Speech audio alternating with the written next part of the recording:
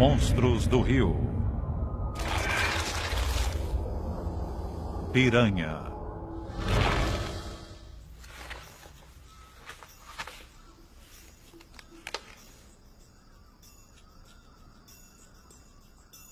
Consegui encontrar uma matéria de jornal dos anos 70 que descreve a mesma história da qual me lembro, na qual alguns dos passageiros foram devorados por piranhas. A matéria diz que no dia 14 de novembro de 1976, o ônibus ia de Manaus para a cidade de Itacoatiara, uma viagem de cerca de 5 horas. Após viajar durante a madrugada, o ônibus caiu dentro de um afluente do Amazonas, matando 39 passageiros. O jornal também cita o nome de um sobrevivente, Dirceu Araújo. Consegui localizá-lo e vou descobrir o que ele se lembra daquele dia fatídico. Já que isso pode me ajudar a decidir se a piranha é culpada ou inocente da acusação. Dirceu me conta que estava sentado na parte de trás do ônibus. E como o restante dos passageiros, ele passou a maior parte da viagem dormindo. A bordo do ônibus naquele dia estavam várias famílias, 2 estudantes chamados Alex e Ivan e também vários outros homens e mulheres voltando para suas casas em Itacoatiara.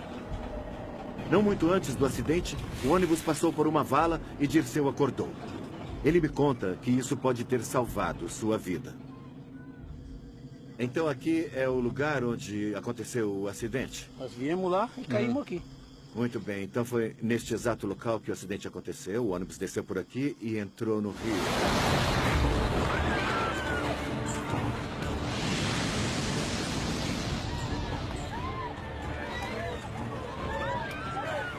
No minuto, tudo estava normal. No minuto seguinte, o ônibus estava na água. Tinha gente chorando, gritando, muito desespero. Aí foi que eu fui no corredor, tá todo mundo lá querendo sair naquela porta. Tinha gente na parte da frente do ônibus puxando a porta para abri-la. E ele está dizendo que aquele tipo de porta só abria se você empurrasse. Aí a água começou a entrar. E nesse momento ele voltou para o lugar onde estava sentado. Aí eu vi o pé dele e peguei ele. Tinha um menino lá tentando quebrar a janela. Então Dirceu viu o pé do garoto saindo por um buraco da janela. Ele viu o pé e o acompanhou e conseguiu sair do ônibus pelo mesmo buraco. 39 pessoas continuaram presas no ônibus e não sobreviveram. No pânico da fuga, Dirceu não se lembra de ver nenhuma piranha. Então, ninguém sabe quanto tempo demorou para as piranhas atacarem depois que o ônibus afundou.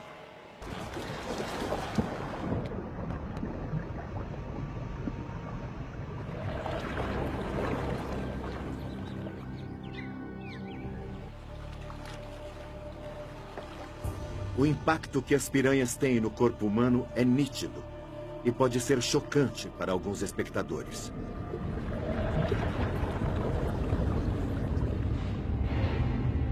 Essas imagens horríveis de casos recentes que chegaram ao necrotério da cidade de Manaus mostram o que uma piranha é capaz de fazer e o tipo de ferimentos que ela causa. A parte exterior da carne e o tecido mole são devorados primeiro. E foi exatamente isso que Dora de Barbosa testemunhou ao chegar ao local conforme os corpos eram retirados do ônibus. Eu gostava na época, né? Eu estava apaixonada por ele. Também tinha um rapaz chamado Ivan, de quem ela gostava muito. Ele era seu amor de infância e também estava entre as vítimas. E ela disse que por causa disso era muito difícil para ela falar sobre este caso. Mas, como resultado, ela disse que precisou sair da cidade por um tempo, por causa das memórias que aquele lugar trazia. Como os testemunhos sobre o acidente com o ônibus, as fotos no necrotério não deixam dúvidas sobre os horrores que as piranhas podem infligir ao corpo humano. Mas como o acidente aconteceu há 30 anos, é impossível saber se as vítimas morreram dos ferimentos causados pelas piranhas ou se já estavam mortas quando foram atacadas. Sabemos que elas ficaram presas dentro do ônibus. Havia sangue na água e os passageiros foram devorados por piranhas. Mas as piranhas atacaram e comeram suas vítimas ainda vivas ou elas apenas se banquetearam nos corpos daqueles que já tinham se afogado?